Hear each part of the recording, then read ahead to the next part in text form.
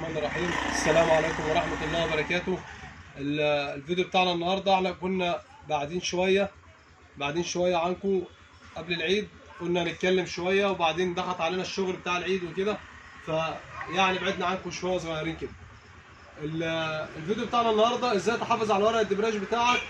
يعني ديت حاجة مهمة جدا او ملحوظة مهمة في ناس كتير بتقع فيها، بمعنى ان انا ممكن اعمر مكانتي كلها زي كده واخلص واقفل موتوري واقفل كل حاجتي وانا ما حلتش المشكله برده وسبتها زي ما هي. تمام. طيب المشكله دي فين، او المشكله دي عواقبها ايه، او المشكله ديت تضرني في ايه؟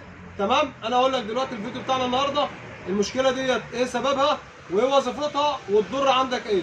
حلو كده، ركز معايا. ان انا النهارده قفلت موتوري كله فوق وتحت زي ما انت شايف كده، عمرت وخلصت وتمام التمام، وشلت الموتور قفلته في المكنه وخلصت وانا ما حلتش المشكله. طيب احل المشكله ايه يا عم يسري، او ايه هي المشكله عشان احلها؟ المشكله اللي انا هحلها دلوقتي انا بقول لك عليها. المشكله اللي اولا ان هي بسبب بخصوص ورق الدبرياج، بخصوص ورق الدبرياج، او بخصوص ان الدبرياج عندك بيتكل بسرعه، او بخصوص ان انا ابقى معمر مكانتي وورق الدبرياج عندي انا لسه مقفل مكانتي وصارف، وبعد شهر ونص او شهرين بالظبط ما بتكملش كمان ويبدا ورق الدبرياج عندي ينحر، يبدا ورق الدبرياج عندي يدي سحب، الصوت عالي معاه في السحب ومفيش سحب. الكلام ده كله بيتطبق على اللي انا هقوله لك دلوقتي. يبقى انا اول ما احل موتوري اعمر اخلص. الكلام ده كله لناس معينه، يعني في ناس كتير هتفهمني، هي هتاخد بالها من الكلام اللي انا بقوله، لان طبعا صاحب المكنه مش هيعرف الكلام ده، بس صاحب المكنه يعمله. لو انت مش هتعرفه هتشوف الفيديو ده، اي حد معاه مكنه في الموديلات اللي انا بقول عليها يبدا، لو هو مش بيتعامل مع ميكانيكي مثلا حاسس ان هو هيديله شغله كله مظبوط، يبدا يعمله هو بنفسه. كل اللي هتغرمه خالص بيبقى 10، تمام، او مفتاح 10. طبعا البيبه ممكن تبقى صعب عليك شويه، خلينا في المفتاح. مفتاح 10 موجود في اي حته وموجود مع اي حد في التوك توك بتاعه. تمام. طيب اعمل ايه؟ هتروح رايح اول حاجه هتبص هنا كده، ده وش الزيت. تمام. ده الحته بتاعت الدبرياج اللي بيركب فيها جراب الدبرياج، دي السربنتينه بتاعتك، وده حلزونه الدبرياج.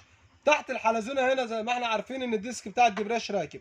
الحفاظ على ورق الدبرياج بتاعك، ازاي احافظ على ورق الدبرياج بتاعي عشان يعيش معايا او يستمر معايا ما يبصش على طول بعد العمره، او ايا كان لو انا مكانتي عدت شهر واثنين وثلاثه.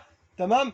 ان انا مثلا اامن على ورق الدبرياج بتاعي ازاي، اقول لك تامن عليه ازاي. هتيجي هنا دلوقتي في عندي لاكور، الماسوره جايه من تحت السربنتينه وراحه بماسوره زي ما انت شايفها ماشيه واخده المجرى بتاعتها وراحه على الديسك بتاع الدبرياج، ورق الدبرياج ليا. واخد عندك لاكور اللي احنا اتكلمنا عليه قبل كده، وبيعمل عمليه ضخ مع طرمبه الزيت اللي بيبدا يتغذى للسربنتينه، هي بتاخد منه ماسوره مشتركه اهو طالع قبل ما بيخش للسربنتينه، هي بتاخد منه الاول تغذي لورق الدبرياج. بعمل ايه؟ بروح انا جايب مفتاح 10 زي كده وحالل اللاكور ال10 ده. تمام. بتحل اللاكور زي ما انا شايف كده، بتلاقي فيه وردتين 13 نحاس بالراحه وانت بتشيله، لان انا حليت اللاكور اهو، في ورده اهيت. تمام. والورده الثانيه تحت الايه؟ الماسوره. ما تشغلش بالك، سيبها زي ما هي، مش هيشغل بالك بحاجه. طيب ده مش المشكله بتاعتنا، او مش ده المهم بتاعنا. المهم بتاعنا انا لما بحل اللاكور زي دوت، انا حالل دلوقتي لان انا قفلت وخلصت، بس انا حبيت اوريك ازاي. يعني انا قفلت وعندي مشكله زي ما هي، انا بعرفها ازاي؟ بعرفها وانا بركب ورق الدبراج بتاعي وانا بسلك في وش الزيت بتاعي. بعد ما بخلص بقفل بامن على مجاري الزيت بتاعتي بيبان معايا. بعمل ايه؟ بعمل كده، بجيب اللاكور ده وبص عليه كده، بص اللاكور مكتوب خالص اهو، اللاكور مكتوب خالص لو نفخت فيه بص اهو. طيب ده بيبقى فيه ايه؟ ده بيبقى فيه المكنه مثلا بتاكل زيت، غير الزيت على فتره طويله، بتاخر على غير الزيت، بزود زيت. كل ده بيديني نواتج ان هو بيعمل عمليه كتمان لللاكور، اللي هو خرم الزيت المفروض بياخد من الماسوره اللي هنا ديت، بتبدا تطلع الزيت، بتبخ في اللاكورين دول، الخرمين دول تبخ من المباشر بتاعها على ورق الدبراش على طول. تمام. طب لما بنقول اسباب ان هي بتكتم اللاكور ده، ان هو تاخيرك في غير الزيت، او بتزود زيت، او لو المكنه بتاكل زيت عندك وبتحرقه وانت بتكبر دماغك والدنيا ماشيه، فبيبدا يعمل زي نظام رواسب الزيت بتاعك، ويبدا يرسب لك في اللاكور، لان هو طبعا بياخد من مجرة الزيت على طول مباشره، فبيبوظ لك الدنيا. طب نعمل فيه ايه ده يا عم مصر؟ بنحله حبيبي عمالي. نبدا نعمل ايه؟ بنروح طبعا جايبين اللاكور دوت زي ما انت شايف كده، بننفخ بيه اللي مكتوم. فبنبدا نجيب سلك بتاع سلك بنزين او سلك غيارات داخلي، وبناخد منه شعره زي دي كده فرد واحد، تمام. وبنبدا نبيت السلك من هنا واحده بواحده كده. لو لاحظت معايا ركز معايا واحده واحده، وانا هطلع لك اللي في قلب اللاكور من جوه. بص بص اهو، مركز معايا اهو اهو، شايف اهو.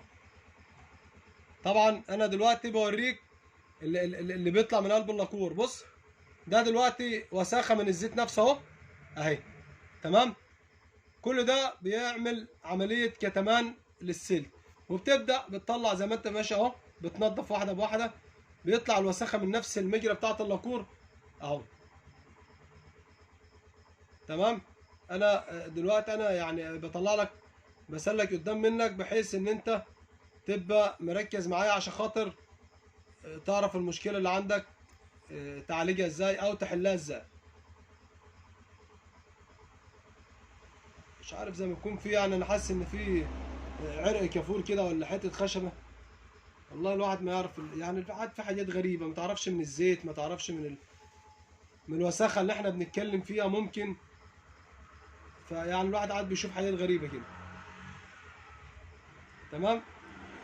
بتسلكي وانا يعني ممكن هنطول معاكم شويه على الفيديو معلش، بحيث ان الناس بس تبقى فاهمه الموضوع بالطريقه الصح، بس عشان خاطر تعرف تسلك الدنيا معاها ازاي.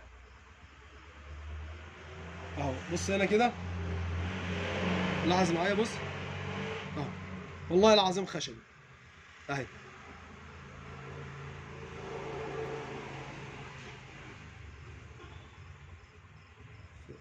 انا مش عارف. طب انا لو واحد ساب الموضوع ده او ساب اللاكور ده مكتوم زي ما هو كده، هيوصل زيت ازاي؟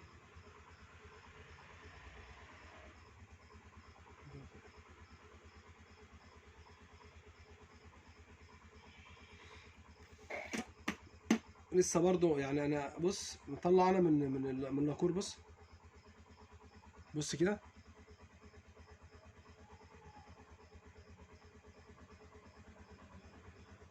شوف اهو، والله العظيم عفش اهو، عفش من الزيت اللي احنا بنحطه، او من رواسب الزيت، او من قله غيار الزيت، من قله غيار الزيت، الاهمال بتاع الزيت نفسه، او التزويد اللي انت بتزوده. في ناس بتفرح بتقول لك لا يا عم انا هزود زيت لحد ما اجي حلو، الكلام ده كله مش كل صنايعي او مش كل واحد هيقدر يوصل للحاجه اللي احنا بنقول لك عليها ده ويسلكها لك. فما توصلش نفسك لمرحله ان انت ترجع تندم عليها.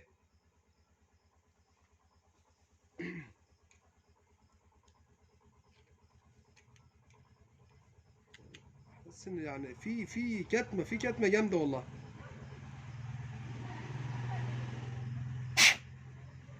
طب احنا هنعمل دلوقتي ستوب عم نطلع الحته اللي هي ماسكه ديت زي ما يكون في خشبه مش عارف.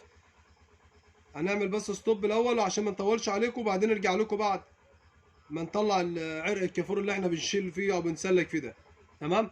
طبعا احنا دلوقتي سلكنا اهو، او خلاص. بعد ما اتاكدت بقى ان هو سلك وتمام التمام، هربط اللاكور بتاعي تاني، اتاكد ان الورده بتاعتي محطوطه، وهربط لاكور تاني بعد ما خلصت. طبعا انا بتكلم الفيديو ده للي بيعمر او حالل او لسه بيحل، او لو مكانتك شغاله بتشد على مظبوط اهو. بعد لو مكانتك شغاله تمام. وكده احنا خلصنا الفيديو، واكدنا على ورق الدبرياج عشان ازاي تحافظ على ورق الدبرياج بتاعك. حلو كده، ازاي تحافظ على ورق الدبرياج بتاعك. يبقى احنا كده عملنا عمليه حفاظ وامان لورق الدبرياج. اتاكد ان الزيت بيوصل له بطريقه صح وطريقه سهله ان هو يخليه ما يتاكلش معايا بسهوله، تمام كده. وده كان الفيديو بتاعنا النهارده، ومعلش على الاطاله اللي غبنا عليكم شويه بتوع العيد. كل سنه وانتم طيبين، واستنظرونا ان شاء الله في الفيديوهات الجايه مع يسرى ابو طبيخ بامر الله في كل جديد. هنقدر نقدمه معاكم ان شاء الله.